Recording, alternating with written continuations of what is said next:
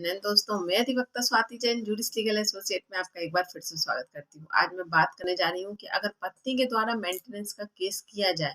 Maintenance की मांग की जाए, लेकिन आप किसी भी परिस्थिति में नहीं चाहते कि पत्नी को मेंटेनेंस दिया जाए क्योंकि पत्नी पूरी तरीके से गलत है, वह किसी भी प्रकार से मेंटेनेंस पाने के योग्य नहीं है, या यूं कहूँ कि उसके पास अपने आय के पर्याप्त साधन है, फिर भी वह आपके ऊपर प्रेशर बनाकर या जबरदस्ती कर कर आपसे मेंटेनेंस लेना चाहती है। तो यहाँ पर ऐसा अब नहीं चलेगा। जानकारी पूरी पाने के लिए वीडियो में बने रहिए, और अगर अभी तक आपने मेरे चैनल को सब्सक्राइब नहीं किया है तो प्लीज मेरे चैनल को सब्सक्राइब कर लीजिए ताकि आने वाली वीडियो की नोटिफिकेशन आपको मिल सके। चलिए बात करती हूँ कि अगर पत्नी मेंटेनेंस की मांग करती है लेकिन आप किसी भी हालत में नहीं चाहते कि पत्नी को मेंटेनेंस मिले, तो पति के ऊपर कई तरह से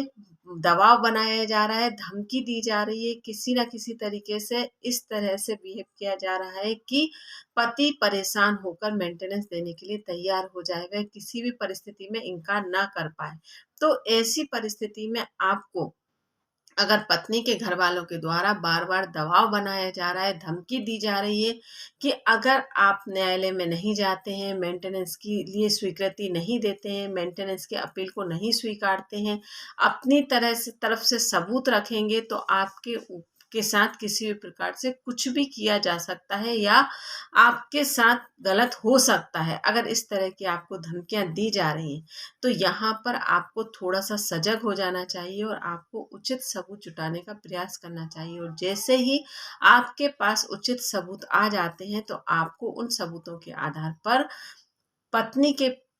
परिवार वालों के ऊपर आईपीसी की धारा 384 के तहत कार्यवाही करवाना चाहिए। तो यहाँ पर अगर आप कदम उठाएंगे तो आपको सहूलियत होगी, आपको न्याय मिलेगा, और यहाँ पर पत्नी के घर वालों के ऊपर उचित कार्यवाही की जाएगी। तो यहाँ पर आप ये बात समझ लीजिए कि अगर पत्नी के घर वालों के द्वारा आपके साथ जोर जबरदस्ती धमकी देकर ये बात मनवाने का प्रयास किया जा रहा है कि आप मेंटेनेंस के लिए हाँ भरिए या समझौता करने के लिए तैयार हो जाइए, तो यहाँ पर आप उचित सबूत इकट्ठे कर कर न्यायालय के समक्ष अपना पक्ष रखिए और आईपीसी की धारा 384 के तहत कार्यवाही करवाइए। आपको 101% न्याय अवश्य मिलेगा।